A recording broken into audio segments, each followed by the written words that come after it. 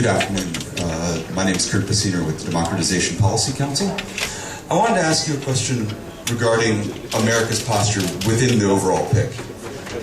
Divisions among members of the PIC steering board have become evident. They've been there for a while, but they became more evident in the past couple weeks.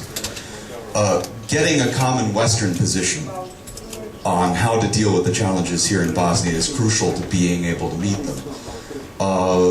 The United States has been deeply engaged, but it's been episodic. It's sort of, from Senator Biden's visit here in 2009 on.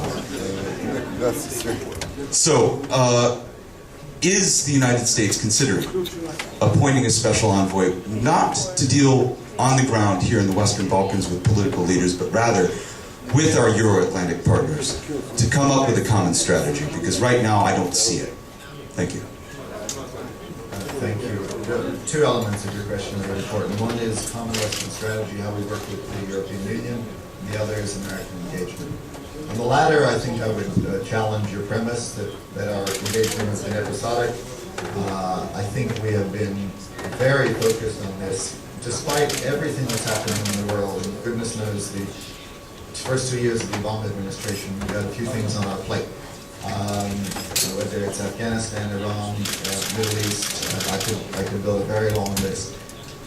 Despite that, and the natural tendency to focus on these huge challenges we face, I think it's because of the personal commitment of so many senior people in the administration that I mentioned to the Balkans. And so many of us in the Obama administration were in the Clinton administration at the time that we saw the wars and the tragedies in this region, and no one has forgotten that. Including Secretary Clinton herself. And so even in the midst of these tremendous challenges all over around the world, the focus on the Balkans, I think, has remained intense. I mentioned not only the travel to the region of the Vice President and Secretary, but I mentioned this in the context of your bringing up the notion of a special envoy. The Deputy Secretary of State, as I mentioned in my speech, has been here 6 times. More than anywhere else in the world, except the 6 times he also went to Japan. I mean, if you will, that is a special envoy.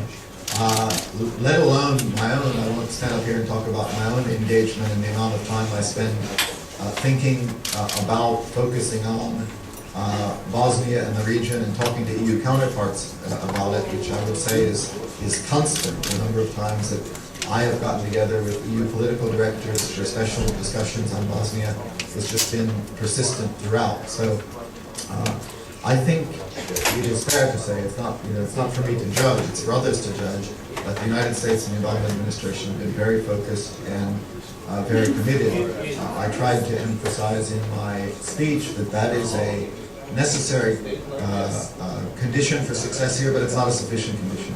We could double or triple our engagement, but we can't do it without the people of the country, and we can't do it without the leaders of the country. So our commitment is both long-standing and will remain in place in the future. We will be there, but ultimately, we're not going to do it for the people of this country. We can't put together a government. We can't pursue economic reforms. We can only do it in cooperation with the people. That's on U.S. engagement. In terms of a common Western position, we have made it a core principle of our engagement to try to work together with the European Union. And I think we have succeeded. I mentioned all of the engagements at every level, Secretary Clinton with her counterparts and my regular engagement with mine to seek to have a common U.S.-EU position. The European Union can't succeed here without us, but we can't succeed here without them. And I think we do have a common line on the important issues and on what the region needs to do to move forward. And I think you'll see that reflected in the future, and that's what I was referring to when I talked about the support we're going to lend to the new EU representation here. This is not a competition. This is something we welcome. I think that the country's EU prospects and membership paths is one of the most important things of all happening here. And for the European Union to be clear in telling Bosnia and Herzegovina what it needs to do to move down that path is something that we will join them very much in presenting to this country. From the ballot, right here. We have the microphone right here.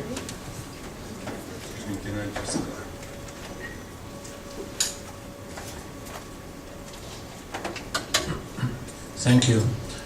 Mr. Secretary, you said that... Bella could just mention who you are, just so people know. I'm an Austrian member of the Austrian Parliament. Mr. Secretary, you said that Bosnia has to function as a state. So as I understand it, it doesn't function so yet. Now I wonder, is there a timetable to the commitment of the United States?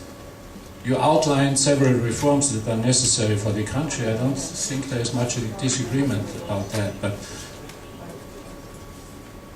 what happens if these reforms are not done? What then? So I think all your proposals are fine, but what happens if Bosnia does not function as a state in 6 months' time, in 12 months' time? Thank you. Thank you.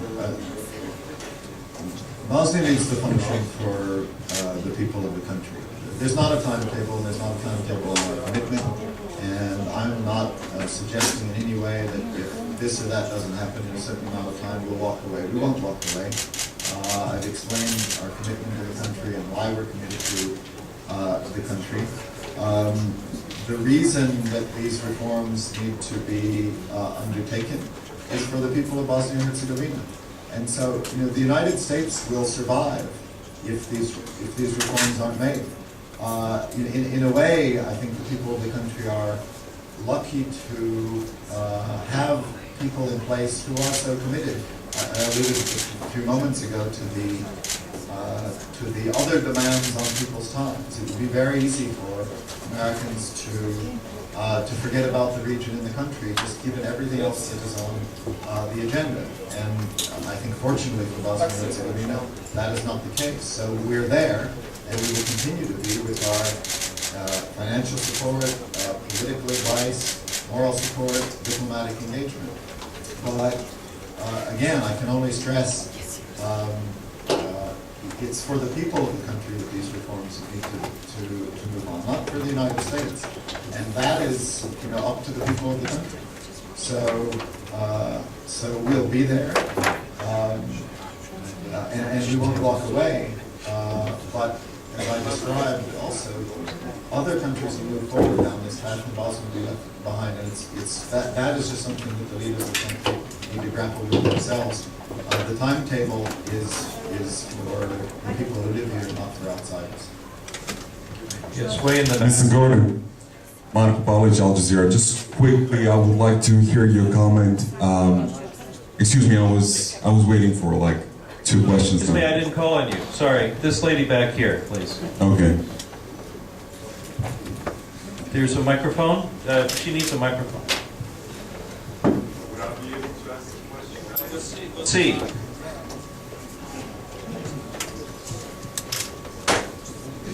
My name's Valerie Perry from the Public International Law and Policy Group. You mentioned the word compromise several times in your comments, and I think everyone agrees that compromise is necessary.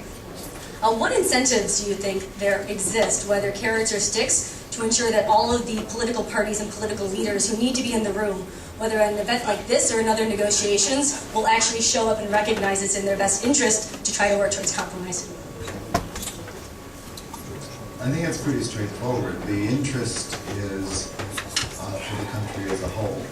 So long as leaders are putting their narrow personal interests or of their political party or of their ethnic group first, then there won't be an incentive. And the incentive is just to play to the gallery, maybe continue to maintain that local political support, and the country doesn't move forward. It requires, to be very frank, it requires a decision to put the interests of the whole above the interests of more narrow players.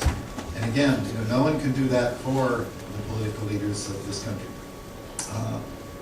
They have to decide that the interests of all of the people are something that they are standing for and trying to advance.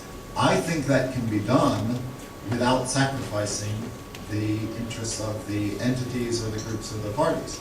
But that, it's not for me to decide. That is something that the leaders themselves have to conclude. And if they don't, then the country as a whole is not going to move forward. And there, I think what's necessary is a message from the people. And I've heard people, young people from all parts of the country, talk about what they want to see from their leaders, and they want to see leaders do something so that Bosnia and Herzegovina can become a European country. And it's that sort of grassroots message, and I know a lot of you are involved in NGOs and engaging with these people, that has to come across.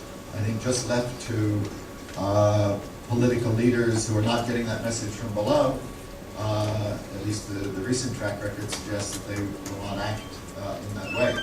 I think another incentive, frankly, is the views of and relationships with the international community, including the United States.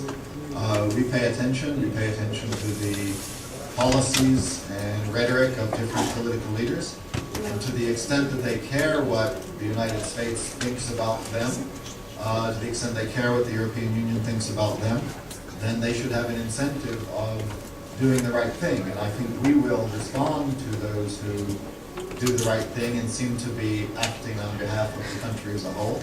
And those who do will get, if you will, positive reinforcement from the United States, because we'll do all we can to support the people in that, acting in that direction. I think there's a negative incentive as well, a disincentive.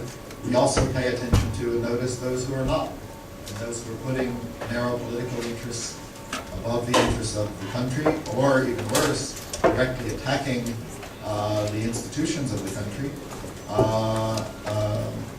should be prepared to expect the opposite from the United States and others in the international community.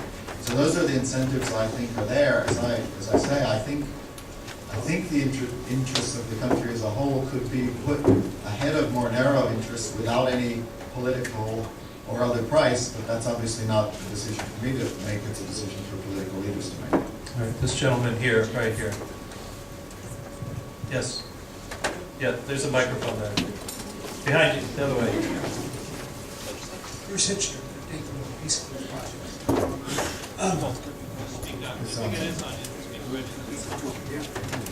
You mentioned in terms of constitutional reform. Bruce, speak right into the microphone. You mentioned in terms of constitutional reform that you seek a more functional and not necessarily a more centralized government.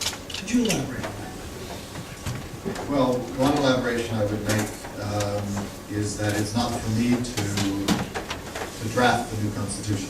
I think it is simply a statement of fact to say there are inefficiencies and dysfunctionalities built into the system. And for the country to succeed economically and politically, changes to that need to be made. But you're not going to hear me come and present specific ideas of what constitutional or governmental reforms should be made. I think there are a few things that are very specifically outlined in terms of preconditions for European Union membership. That, we don't have any hesitation in saying clearly what they need to do, but what they need to be. But beyond that, again, it's for the people of this country to take ownership of that process and to do it in the interests of the country as a whole. Right, where's our friend with his own microphone? Actually, it's not mine. Okay, go ahead. Mr. Gordon, I do appreciate for letting me ask you this question. My name is Marko Pavlovic and I'm working for Al Jazeera. I was just wondering, can I have your comment on the fact that most of the political elite or representatives of Republika Srpska are pretty much ignoring this gathering today? How do you feel about it, and does it send a certain message that you can interpret for us? No, I'm not going to make any interpretations. I understand that they were invited. I understand the organizers would have been delighted to see them here. I understand the organizers would probably remain delighted if they chose. They're still welcome in the remaining time. So it's really for them to explain why they didn't want to be here. As I've said in my speech and all of my remarks, all of the entities and different groups in the country need to come together, need to be willing to compromise. I don't think any efforts at discussing the country's future as a whole, or any of my comments, here or elsewhere, in any way threaten the entities. And it is a misunderstanding of, or a deliberate and willful mischaracterization of efforts like this, or US policy, to suggest that anyone is threatening the entities as described in the Dayton Peace Agreement.